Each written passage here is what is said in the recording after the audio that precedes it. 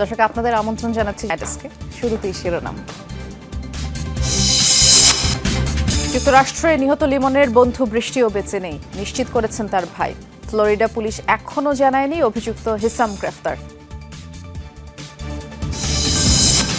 ইসলামাবাদে ইরানের পররাষ্ট্রমন্ত্রী বিশেষ দূত স্টিভ উইটকফ ও জারেড কুশনারকে পাঠাচ্ছেন ট্রাম্প। সরাসরি আলোচনায় চায় যুক্তরাষ্ট্র, নাকচ তেহরানের। আম আদমি পার্টির 7 নেতার বিজেপিতে যোগদানের ঘোষণায় তোলপাড় ভারতের রাজনীতিতে। কেন্দ্রের ক্ষমতাসীনদের মাঝে উচ্ছ্বাস, জনগণের সাথে প্রতারণা আখ্যা এএপির।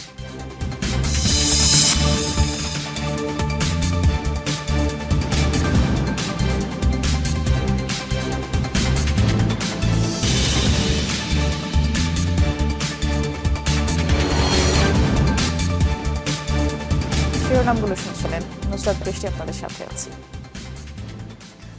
বেঁচে নেই যুক্তরাষ্ট্রের নিখোঁজ বাংলাদেশি শিক্ষার্থী নাহিদা বৃষ্টি। সামাজিক মাধ্যম ফেসবুকে এক পোস্টে একথা জানিয়েছেন তার ভাই জাহিদ হাসান প্রান্ত। তবে এ বিষয়ে আনুষ্ঠানিক কোনো বিবৃতি দেয়নি ফ্লোরিডা প্রশাসন। এর আগে শুক্রবার সকালে নিখোঁজ আরেক শিক্ষার্থী জামিল লিমনের মরদেহের কয়েকটি টুকরা উদ্ধার করে পুলিশ। এ ঘটনা নিশ্চিত করে ব্রিফ করেছেন যুক্তরাষ্ট্রের বাংলাদেশ দূতাবাসের প্রেস মিনিস্টার গোলাম মর্তুজা। এই ঘটনায় হিসাম সালেহ আবু গরবেই নামের এক মার্কিনীকে আটক করা হয়েছে। নিহত লিমনের রুমমেট ছিল ওই ব্যক্তি। চলছে রুদ্ধশ্বাস পুলিশি অভিযান। ঘেরাওকৃত বাড়ি থেকে আত্মসমর্পণ করে বেরিয়ে আসছে এক ব্যক্তি। গায়ে নেই কাপড়, কোমরে কেবল একটি তোয়ালে জড়ানো। হিসাম সালেহ আবু গারবে নামের এই ব্যক্তি যুক্তরাষ্ট্রের ফ্লোরিডায় 2 বাংলাদেশি শিক্ষার্থীর গুম ও হত্যাকাণ্ডের পেছনের মূল হোতা বলে মনে করছে ফ্লোরিডা পুলিশ। তবে তার বাড়িতে নিরাপত্তা বাহিনীর অভিযানের পেছনের কারণটি ছিল পুরোপুরি ভিন্ন। শুক্রবার পারিবারিক সহিংসতার একটি রিপোর্ট পেয়ে হিসামের বাড়িতে উপস্থিত হয় পুলিশ। এরপর সেখান থেকে অন্যান্য সদস্যদের নিরাপদে বের করে আনা হয়। তবে বাড়ি থেকে বের হতে অস্বীকৃতি জানায় অভিযুক্ত হিসাম। পরবর্তীতে পুলিশের একটি বিশেষ প্রশিক্ষিত ইউনিট গিয়ে অভিযান চালিয়ে আটক করে তাকে। এরপর হিসামকে জিজ্ঞাসাবাদ শুরু করে পুলিশ। তদন্তের এক পর্যায়ে সামনে আসে চাঞ্চল্যকর তথ্য। প্রায় 1 সপ্তাহ ধরে নিখোঁজ থাকা 2 বাংলাদেশি শিক্ষার্থী জামিল লিমন ও নাহিদা বৃষ্টির অন্তর্ধানের ঘটনার সঙ্গে পাওয়া যায় তার যোগসূত্র। তার দেয়া তথ্যের ভিত্তিতে শুরু হয় তল্লাশি অভিযান। তাকে জিজ্ঞাসাবাদ করে তার দেয়া তথ্যের ভিত্তিতে একটি ব্রিজের নিচে থেকে, ফ্লোরিডাতেই একটি ব্রিজের নিচে থেকে একটি মরদেহ উদ্ধার করে এবং পুলিশ পরবর্তীতে ব্রিফিং করে জানিয়েছে যে এই মরদেহটি নিখোঁজ বাংলাদেশি শিক্ষার্থী জামিল লিমনের। বাংলাদেশি 2 পিএইচডি শিক্ষার্থী লিমন ও বৃষ্টিকে শেষবারের মতো 2টি ভিন্ন জায়গায় দেখা যায় 16 এপ্রিল সকালে। দীর্ঘক্ষণ তাদের খোঁজ না পেয়ে পরদিন তাদের নিখোঁজ হওয়ার বিষয়টি পুলিশকে জানান এক পারিবারিক বন্ধু। রেজওয়ানা সাইমা, যমুনা নিউজ। পরোক্ষ নয়, বরং ইসলামাবাদে সরাসরি মার্কিন প্রতিনিধিদের সাথে আলোচনা করতে চায় ইরান, এমন দাবি করেছে হোয়াইট হাউস। যদিও এই দাবি প্রত্যাখ্যান করে তেহরান বলছে নিজেদের দাবি আদায় এবং আঞ্চলিক স্থিতিশীলতা ফেরানোই মূল লক্ষ্য তাদের। এদিকে পাকিস্তানের সেনাপ্রধান ও পররাষ্ট্রমন্ত্রীর সাথে বৈঠক করেছেন ইরানের পররাষ্ট্রমন্ত্রী আব্বাস আরাকচি। শনিবার পাকিস্তানের সেনাপ্রধান ফিল্ড মার্শাল আসিম মুনিরের সাথে বৈঠকে বসেন ইরানের পররাষ্ট্রমন্ত্রী আব্বাস আরাকচি। যুক্তরাষ্ট্রের সাথে ইরানের আলোচনায় গুরুত্বপূর্ণ ভূমিকা পালন করছেন পাকিস্তানের শীর্ষ সেনা কর্মকর্তা। এর আগে পাকিস্তানের পররাষ্ট্রমন্ত্রী ইসহাক দারের সাথেও বৈঠক করেন আরাকচি। যুক্তরাষ্ট্রের সাথে আলোচনা সহ বিভিন্ন ইস্যুতে কথা হয় তাদের মাঝে। শুক্রবার রাতে পাকিস্তান পৌঁছায় তেহরানের প্রতিনিধি দল। এদিকে হোয়াইট হাউস বলছে আলোচনায় যুক্তরাষ্ট্রের পক্ষ থেকে অংশ নেবেন মার্কিন বিশেষ দূত স্টিভ উইটকফ এবং কূটনৈতিক জারেড কুশনার। মার্কিন প্রতিনিধিদের সাথে সরাসরি আলোচনায় বসতে চায় ইরানের প্রতিনিধিরা, এমন দাবিও করা হয়। প্রেসিডেন্ট ট্রাম্প সবসময়ই এই আলোচনা সম্পর্কে ইতিবাচক ছিলেন। আমরাও আশা করছি ভালো কোনো ফলাফলই আসবে। ইরানিরাও কথা বলতে চায়, আমাদের সাথে সরাসরি আলোচনাতেও বসতে চায়। যদিও হোয়াইট হাউসের এই দাবি প্রত্যাখ্যান করেছে তেহরান। ইরানের পররাষ্ট্র মন্ত্রণালয়ের মুখপাত্র ইসমাইল বাঘি জানান, পাকিস্তানের মাধ্যমে পরোক্ষ আলোচনাতে আগ্রহী তেহরান। মার্কিন আগ্রাসন বন্ধের পাশাপাশি ন্যায্য দাবি নিয়েও কথা বলবে ইরান। পররাষ্ট্রমন্ত্রী পাকিস্তানের উচ্চ পর্যায়ের প্রতিনিধিদের সাথে আলোচনায় গুরুত্বপূর্ণ ইস্যুগুলো উত্থাপন করা হবে, কারণ আঞ্চলিক শান্তি এবং স্থিতিশীলতা আমাদের জন্য অত্যন্ত গুরুত্বপূর্ণ। এর আগে চলতি মাসের 11 তারিখ প্রথম দফায় পাকিস্তানের মধ্যস্থতায় আলোচনায় বসে যুক্তরাষ্ট্র এবং Iran. Mir Mushfika Hasan, Jamuna news. Hormuz প্রণালীতে অচলাবস্থা কাটাতে ইউরোপের প্রচেষ্টাকে স্বাগত জানায় যুক্তরাষ্ট্র, এমন মন্তব্য করেছেন মার্কিন প্রতিরক্ষা মন্ত্রী পেট হেগসেথ। বিশ্বের অন্যান্য দেশকেও কার্যকর পদক্ষেপের আহ্বান জানান। গত সপ্তাহে ইউরোপ অনেক কিছু আলোচনা করেছে, কিন্তু সেসব তেমন কাজের কথা নয়। তারা হরমুজ খুলে দেয়া ইস্যুতে কার্যকর কিছু করলে অবশ্যই স্বাগত জানাবো। অন্যান্য দেশের জন্য একটি সতর্ক বার্তা, ইরানের মতো দেশের আদেশ মেনে নেবেন নাকি কোনো ব্যবস্থা নেবেন। একমাত্র যারা কিছু করতে পারে তারা হলো মার্কিন সামরিক বাহিনী। ইরানের তেল পরিবহনের সাথে জড়িত প্রায় 40টি শিপিং কোম্পানির বিরুদ্ধে অর্থনৈতিক নিষেধাজ্ঞা আরোপ করেছে যুক্তরাষ্ট্র। নিষেধাজ্ঞার আওতায় চীনের একটি বড় তেল শোধনাগারও। শুক্রবার এই সিদ্ধান্তের কথা নিশ্চিত করেছে মার্কিন প্রশাসন। নিষেধাজ্ঞার ফলে বন্ধ হবে যুক্তরাষ্ট্রের সাথে সংশ্লিষ্ট কোম্পানিগুলোর সকল ধরনের লেনদেন।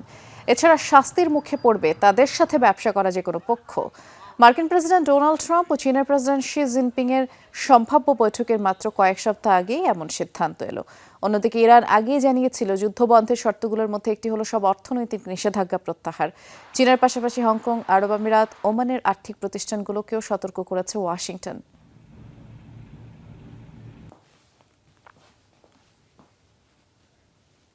যুদ্ধবিরতির মাঝেও ফিলিস্তিনে থেমে নেই ইসরায়েলি বাহিনীর নিষ্ঠুরতা।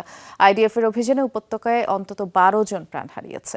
শুক্রবার খান ইউনিসের একটি পুলিশের গাড়িতে করা হামলায় অন্তত 8 জন নিহত হন এবং আরেকটি পৃথক অভিযানে গাজা সিটিতে প্রাণ হারিয়েছে 2 পুলিশ সদস্য। উত্তর গাজার বেইত লাহিয়া এলাকায় চালানো সামরিক অভিযানে আরও 2 জন নিহত হন। যুদ্ধবিধ্বস্ত উপত্যকার নিরাপত্তা নিশ্চিতে নিয়োজিত নিরাপত্তা বাহিনীর উপর আইডিএফ এর এসব টার্গেট হামলার প্রতিবাদে আন্তর্জাতিক মহলের কাছে সহায়তার আহ্বান জানিয়েছে গাজার স্বরাষ্ট্র মন্ত্রণালয়। যুদ্ধ শুরুর পর থেকে এ পর্যন্ত ইসরায়েলি বাহিনীর হাতে ফিলিস্তিনিদের প্রাণ হারানোর যে সংখ্যা সেটি 72,000 ছাড়িয়ে গেছে। লেবাননে হামলা চালিয়ে হিজবুল্লাহর 6 যোদ্ধাকে হত্যা করেছে ইসরায়েলি সামরিক বাহিনী। শুক্রবার দক্ষিণ লেবাননের বিন্ত জবেইলে হামলা চালায় আইডিএফ। এ সময় পাল্টা প্রতিরোধ করে তোলে হিজবুল্লাহ যোদ্ধারাও। তেল আবিব জানিয়েছে সশস্ত্র গোষ্ঠীটির বিরুদ্ধে অভিযান অব্যাহত থাকবে। এর আগে যুদ্ধবিরতি চুক্তি হয় ইসরায়েল লেবাননের মধ্যে। হিজবুল্লাহকে দমাতে একসাথে কাজ করার কথা জানায় বৈরুত। এদিকে লেবাননের স্বাস্থ্য মন্ত্রণালয় জানিয়েছে মার্চের শুরু থেকে এখন পর্যন্ত ইসরায়েলি হামলায় 2,500 মানুষ নিহত হয়েছে, 7,500-এর বেশি আহত হয়েছে।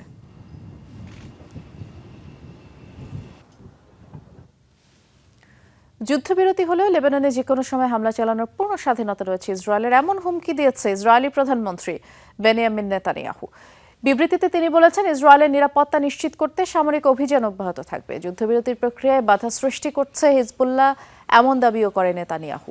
যুক্তরাষ্ট্রের মধ্যস্থতায় 16 এপ্রিল ইসরায়েল লেবানন 10 দিনের যুদ্ধবিরতিতে সম্মত হলে এর দ্বিতীয় দফায় আরও 3 সপ্তাহের জন্য মেয়াদ বর্ধিত করা হয়। তা সত্ত্বেও লেবাননের বিভিন্ন স্থানে হামলা অব্যাহত রেখেছে ইসরায়েলি সামরিক বাহিনী।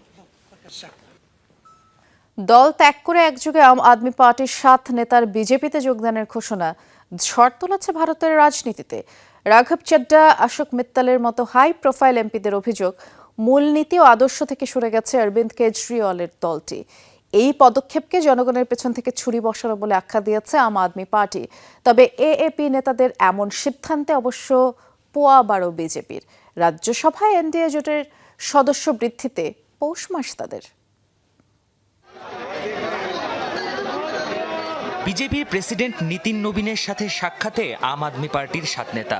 দলবদলের সিদ্ধান্তে তাদের উষ্ণ অভ্যর্থনা জানিয়েছে ক্ষমতাসীন দলটি।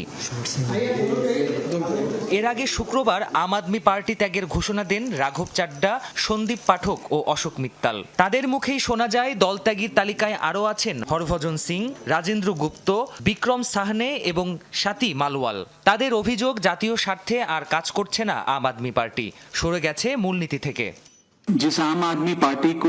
রক্তঘাম দিয়ে যেই এএপির চর্চা আমি করতাম, নিজের যৌবনের 15 বছর যেই দলকে দিয়েছি, মূল নীতি, মূল্যবোধ ও আদর্শ থেকে পুরোপুরি সরে গেছে সেই দল। গত কয়েক বছর ধরে দিন দিনই অনুভব করছিলাম ভুল দলে আছি। দুর্নীতি দুর্নীতি বিরোধী প্রচারণার মধ্য দিয়ে প্রায় ১.৫ দশক আগে জন্ম হয়েছিল আম আদমি পার্টির, কিন্তু গেল কয়েক বছরে স্পষ্ট হতে শুরু করেছে অভ্যন্তরীণ দ্বন্দ্ব। রাজ্যসভায় ডেপুটি নেতার পদ থেকে রাঘব চাড্ডাকে সরিয়ে অশোক মিত্তালকে বসানোর পর থেকেই আরও জটিল রূপ নেয় অন্তর্কোন্দল। দলত্যাগের আভাস পেয়েই নেতাদের শান্ত করার চেষ্টা করেছিলেন দলীয় প্রধান অরবিন্দ কেজরিওয়াল। শুক্রবার সন্ধ্যায় নিজের বাড়িতে ডেকেছিলেন আলোচনার জন্য, কিন্তু তার আগেই এএপি ছাড়ার ঘোষণা দেন ৭ এমপি। এমন সিদ্ধান্তকে জনগণের পেছন থেকে ছুরি বসানো বলে অভিযোগ করেছেন দলটির বর্তমান সদস্য সঞ্জয় সিং। দোষারোপ করেন বিজেপিকেও। অপারেশন লোটাস আম আদমি পার্টিকে দুর্বল করতে অপারেশন লোটাস চালিয়েছে। পাঞ্জাবের জনগণের পেছন দিক থেকে ছুরি বসিয়েছে ৭ নেতা, যারা আম আদমি পার্টির নেতা হিসেবে জনগণের ভালোবাসা পেয়েছেন, দলে ভালো পদ পেয়েছেন। ব্যক্তিগত স্বার্থ লাভের আশায় আজ তারা দল ত্যাগ করেছেন। কোটি কোটি রুপির দুর্নীতি করে এমন দলে যোগ দিয়ে তারা এখন ইমানদারির কথা বলছেন। ভগবন্ত মান জি কি সরকার। রাজ্যসভার এমপিদের দল ছাড়ার সিদ্ধান্ত সাংবিধানিকভাবে অবৈধ দাবি করেছে এএপি। রাজ্যসভার চেয়ারম্যানকে এ বিষয়ে চিঠি দেওয়ার কথাও জানিয়েছে। এএপি নেতাদের বিজেপিতে যোগদানের মধ্য দিয়ে রাজ্যসভায় বিজেপির নেতৃত্বাধীন এনডিএ জোটের সংখ্যা দাঁড়াবে ১৪৫-এ, অর্থাৎ ২৫০ আসনের রাজ্যসভায় ২/৩ সংখ্যাগরিষ্ঠতার জন্য প্রয়োজন আর মাত্র ১৮টি আসন। আর তা সম্ভব হলে সংবিধান সংশোধনের মতো গুরুত্বপূর্ণ আইন পাশে আর সমস্যায় পড়তে হবে না মোদী সরকারকে। প্রাণপ্রতিম কুণ্ডু, যমুনা নিউজ। ৫ কিশোরীর অসীম সাহসিকতায় বড় ধরনের দুর্ঘটনার হাত থেকে বেঁচে গেল যুক্তরাষ্ট্রের মিসিসিপির এক স্কুল বাসের চালক ও শিক্ষার্থীরা। চালক হঠাৎ করে জ্ঞান হারালে স্টিয়ারিং হুইল হাতে বাসটির নিয়ন্ত্রণ নেয় একজন এবং দক্ষতার সাথে একপাশে থামানো হয় বাসটি। বাকিরা লেগে পড়ে চালককে জরুরি চিকিৎসা দিতে। জরুরি সহায়তায় ফোন করে সহায়তা চায় আরেক কিশোর। এই কঠিন পরিস্থিতিতে চরম দুঃসাহসিকতার পরিচয় দেয় ওই ৫ জনকে দেওয়া হয়েছে বিশেষ সম্মাননা। বয়স মাত্র ১২ থেকে ১৫ বছর, তবে তাদের অসীম সাহসিকতা হার মানায় হলিউডের যে কোনো অ্যাকশন থ্রিলার সিনেমার কাহিনীকেও। বুধবার গতানুগতিক আরেকটি দিনের মতোই ছুটির পর স্কুলের বাসে চড়ে নিজ নিজ বাড়ি যাচ্ছিল যুক্তরাষ্ট্রের মিসিসিপির এক মিডল স্কুলের প্রায় ৪০ জন শিক্ষার্থী। হাইওয়েতে ওঠার পরপরই অসুস্থ হয়ে জ্ঞান হারান চালক লিয়া টেইলর। চলন্ত বাস যখন নিয়ন্ত্রণ হারানোর মতো অবস্থায়, তখন সুপার হিরোদের মতো এগিয়ে আসে জ্যাকসন, ডেস্টিনি, ম্যাকেনজি, জেডেন এবং অ্যাড্রিয়ানা। মাথায় শুধু একটাই চিন্তা, যেভাবেই হোক দুর্ঘটনার হাত থেকে বাঁচাতে হবে বন্ধুদের, ধরে রাখতে হবে বাসের নিয়ন্ত্রণ। তাই ৭-৫ না ভেবেই ছোট্ট কাঁচা হাতে শক্ত করে স্টিয়ারিং হুইল ধরে বসে জ্যাকসন। ব্রেক চেপে রাস্তার একপাশে থামায় বাস। জ্ঞান হারানো লিয়ার কাছে ছুটে যায় ডেস্টিনি ও ম্যাকেনজি। তাকে জাগিয়ে তোলার চেষ্টা করতে করতে কল দেয় জরুরি সহায়তায়। আমি দেখলাম বাস আস্তে আস্তে একদিকে সরে যাচ্ছে। আমি কিছু না ভেবেই লাফিয়ে পড়ি, স্টিয়ারিং ধরে বসি। উত্তেজনায় বাকি আর কোনো কিছুই মনে নেই। এদিকে হাইওয়ের উল্টো পাশে দ্রুত বেগে ছুটে চলছে যানবাহন। তাই বাসের ভেতর ভয়ে কাঠ হয়ে যাওয়া বাকি বাচ্চাদের হুড়োহুড়ি করে নেমে যাওয়া থেকে আটকে রেখে তাদের সাহস দেওয়ার কাজে লেগে যায় 2 ভাই বোন জেডেন ও এড্রিয়ান। খবর পেয়ে দ্রুত ঘটনাস্থলে পৌঁছায় অ্যাম্বুলেন্স ও পুলিশ। হাসপাতালে নেওয়া হয় চালক লিয়াকে। হাসপাতাল কর্তৃপক্ষ জানায় সঠিক সময়ে বাস থামিয়ে তাকে জরুরি প্রাথমিক চিকিৎসা দেওয়ার কারণেই বড় ধরনের বিপদের হাত থেকে বেঁচে যান তিনি। হঠাৎ অসুস্থ হয়ে জ্ঞান হারিয়ে ফেলি, ঠিক সে সময় ওরা এগিয়ে আসে। ওদের সাহস আর চেষ্টাতেই আজকে বেঁচে ফিরেছি। এ ঘটনার পর রাতারাতি হিরো বনে গেছে এই 5 শিক্ষার্থী। শুক্রবার এই সাহসিকতার জন্য তাদেরকে বিশেষ সম্মাননা পুরস্কার দেয় স্থানীয় প্রশাসন ও স্কুল কর্তৃপক্ষ। সাবরিনা নুসরাত, যমুনা নিউজ। মাদক বিরোধী অভিযানের নামে পূর্ব প্রশান্ত মহাসাগরে একের পর এক হামলা চালিয়ে যাচ্ছে যুক্তরাষ্ট্র। শুক্রবার আরও একটি নৌকায় হামলা চালানো হয়, এতে 2 জন প্রাণ হারায়। মার্কিন সাউদার্ন কমান্ড সামাজিক মাধ্যম এক্সে হামলার একটি ভিডিও প্রকাশ করেছে, সাথে দাবি করে নৌযানটির পরিচালনায় ছিল সন্ত্রাসী সংগঠনগুলো, আর নিহতদের মাদক সন্ত্রাসী বলেও আখ্যা দেয় তারা। তবে নির্দিষ্ট কোনো সংগঠনের নাম তারা প্রকাশ করেনি। নৌকাটিতে মাদক ছিল এমন কোনো প্রমাণও দেখায়নি পেন্টাগন। যুক্তরাষ্ট্রের দাবি এই অভিযানে হতাহত হয়নি তাদের কোনো সেনা সদস্য।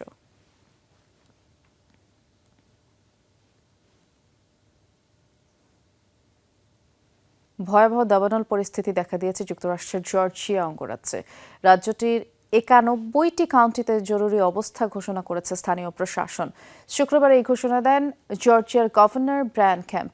জানান, দুটি এলাকার দাবানল ইতিমধ্যে 120টিরও বেশি বাড়িঘর ও স্থাপনা ধ্বংস করেছে। এটিকে রাজ্যটির ইতিহাসে একক ঘটনা আখ্যা দিয়েছেন তিনি। এর দাবানল থেকে ইতিহাসে সবচেয়ে বেশি সম্পদ ক্ষতিগ্রস্ত হয়েছে বলেও জানিয়েছে কর্তৃপক্ষ। হাইওয়ে 82 এবং পাইনল্যান্ড রোড এলাকা থেকে দাবানল সৃষ্টি হয়। এরপর খরাপ্রবণ এলাকায় তা দ্রুত ছড়িয়ে পড়ে। ফায়ার সার্ভিস জানিয়েছে প্রায় 39,500 একর জমি পুড়ে গেছে।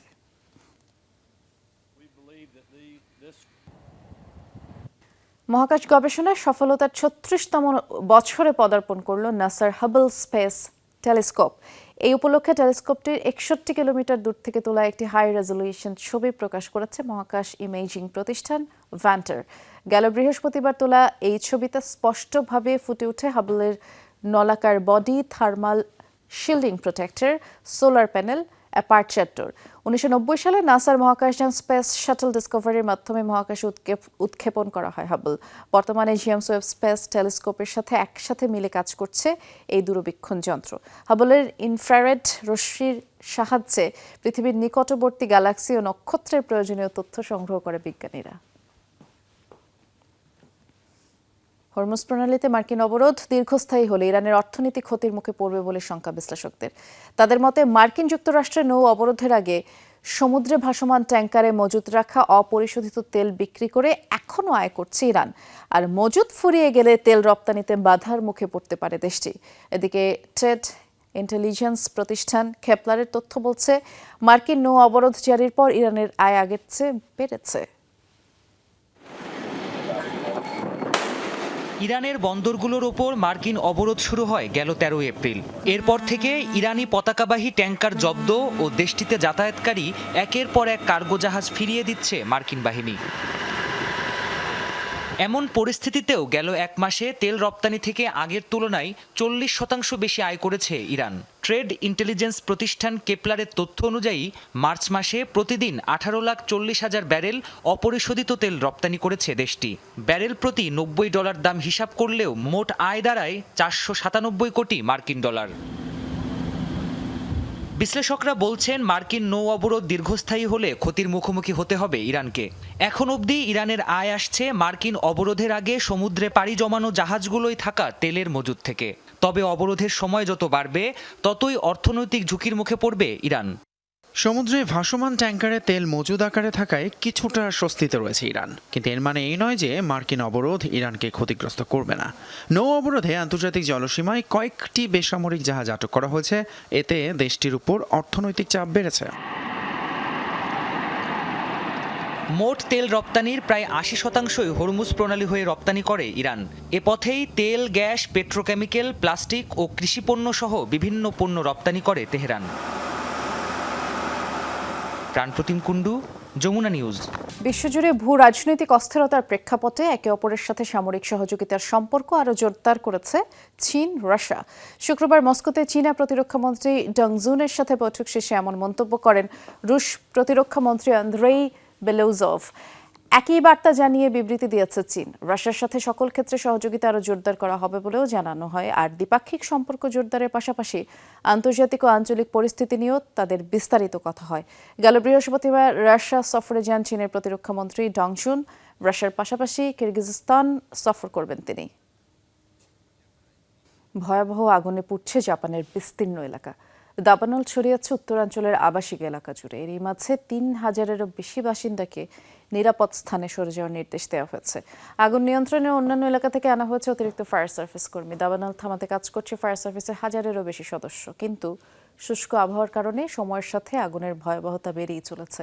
এখন পর্যন্ত হতাহতের কোনো খবর পাওয়া না গেলেও আগুনে পুড়ে ধ্বংস হয়ে গেছে 8টি ভবন। জারি করা হয়েছে জরুরি অবস্থা।